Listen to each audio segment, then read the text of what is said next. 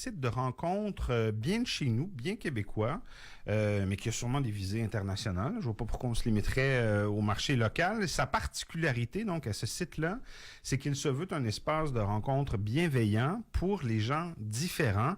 Qu'est-ce que ça veut dire différent? Ben, je vais tout de suite poser la question à la fondatrice de Phoenix.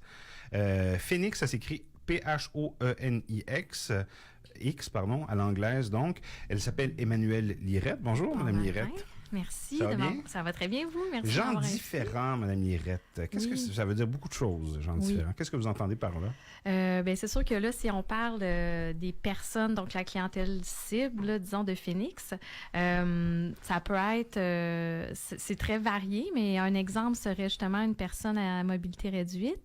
Les personnes qui vivent avec le vitiligo, des gens aussi qui vivent avec l'herpès, des gens qui ont des troubles de santé mentale, des gens... avec une stomie. Exactement. Vous donnez beaucoup d'exemples dans votre communiqué. Oui. C'est très large ce que vous entendez. Des gens qui vivent avec le VIH, je ne sais pas si vous l'avez nommé. Oui.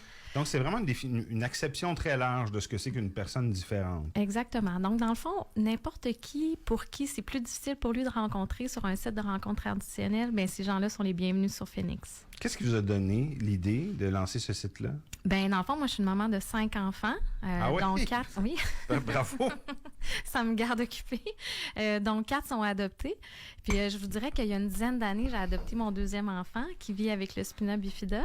Puis, c'est à ce moment-là que ça a commencé à faire un peu de chemin dans mon esprit, là, de faciliter les rencontres pour les personnes qui vivent avec des différences.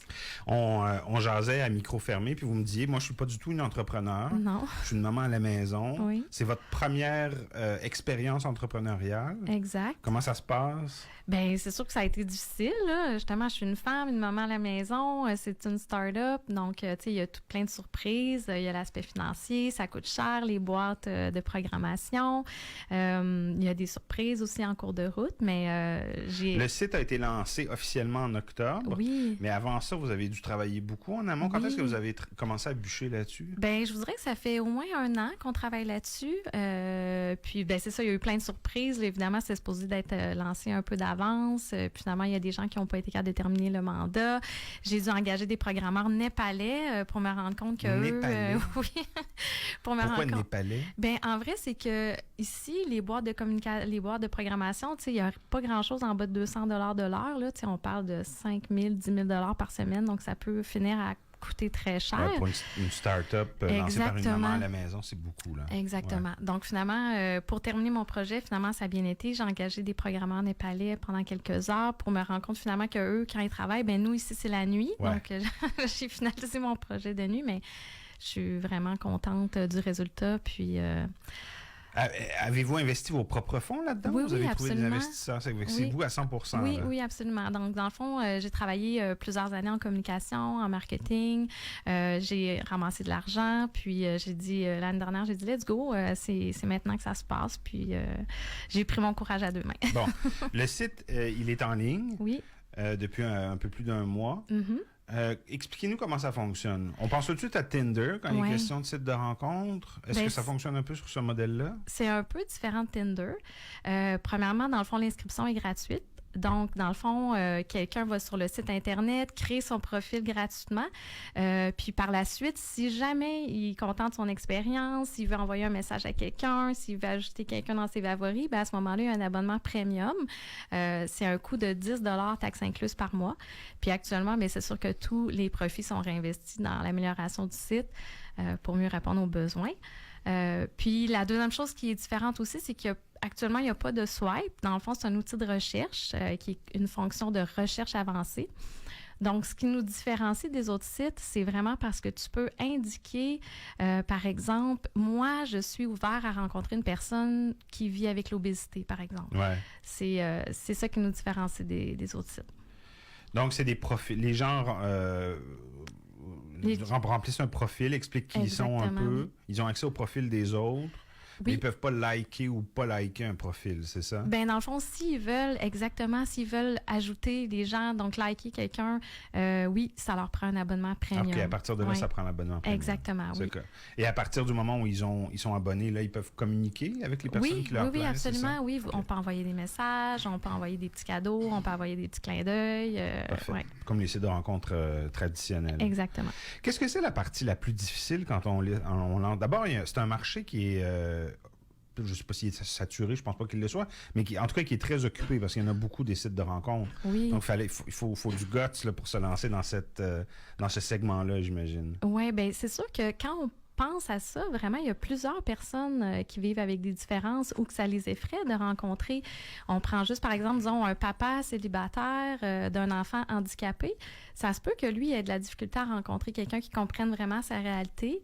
On peut même penser à une jeune femme qui lutte contre le cancer, qui a peut-être une mastectomie. Peut-être qu'elle aussi, ça l'effraie de Ça rencontrer. n'existait pas déjà, Mme Nirette, des sites comme ça, du tout? Oui, oui, il y en a un autre qui est super beau, super bien fait aussi, qui s'appelle Nolu. Je pense que ça fait quand même quelques années qu'il est en ligne. Puis, dans le fond, évidemment, moi, quand je me suis lancée là-dedans, je ne savais pas qu'il Ouais. existait, mais Ouais. finalement, oui. Puis, je veux dire, comment Un site dire... québécois, c'est pas un site Oui, québécois. C'est un oui, site québécois absolument. en plus, Oui, ouais? des Québécois, je les connais pas, des personnes qui Ouais. ont ce site-là, mais c'est un site super beau, super bien fait. Puis, je me dis, dans le fond, pourquoi pas un peu... En rajouter à cette offre-là exactement. qui est déjà disponible. Oui, ouais.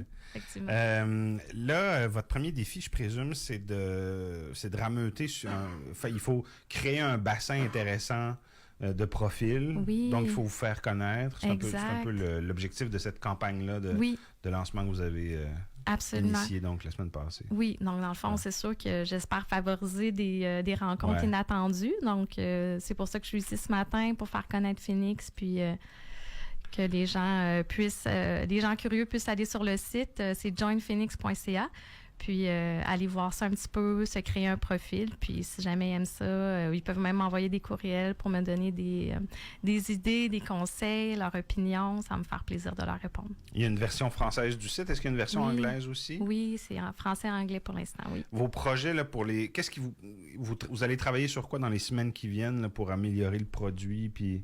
Bien, c'est sûr, comme je disais, dans le fond, nous, on a une page sur le site pour nous joindre, puis c'est vraiment ce qu'on demande. Suggestions. Exactement, oui, absolument.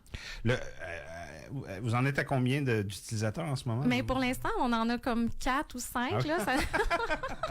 J'allais vous demander c'était quoi le ratio homme-femme, là, mais c'est sûr que sur 4 ou 5, c'est pas encore Ouais, super c'est ça. fiable. Ouais. Exactement. Dans le fond, on communique avec les radios, justement, pour que vous Pour faire puissiez nous connaître, aider. ouais, c'est Exactement. Puis on est là-dedans en ce moment, là, un gros pitch marketing. Parfait. Bon, on va se reparler dans 6 mois, mettons. Ça On serait va voir super. où vous en êtes. Évidemment, on vous souhaite le meilleur, Emmanuelle Lirette. Le site, je le rappelle, c'est quoi l'adresse exacte? Joinphoenix.ca. J-O-I-N. Exactement. Phoenix. C'est JOINPHOENIX.ca. Mais si vous tapez sur Google Phoenix trouver Rencontre, facilement. exactement, vous allez nous trouver. Emmanuelle Lirette, la meilleure des chances avec Merci. Phoenix. Merci beaucoup d'avoir été ici C'est ce matin. vraiment gentil.